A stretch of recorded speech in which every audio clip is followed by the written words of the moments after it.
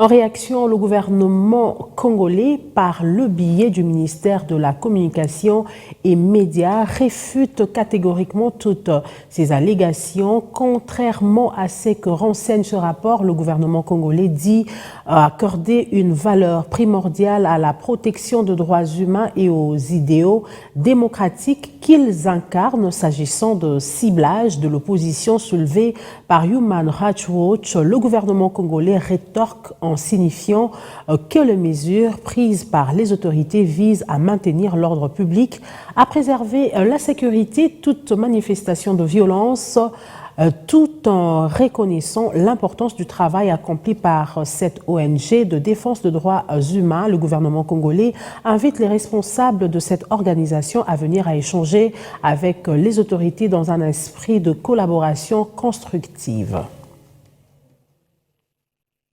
Autre réaction, c'est celui de Jean-Thierry Monsenepo, communicateur au sein de l'Union Sacrée. Selon lui, ce rapport est faux, excessif et manipulé. On l'écoute au micro de nos confrères de la RFI.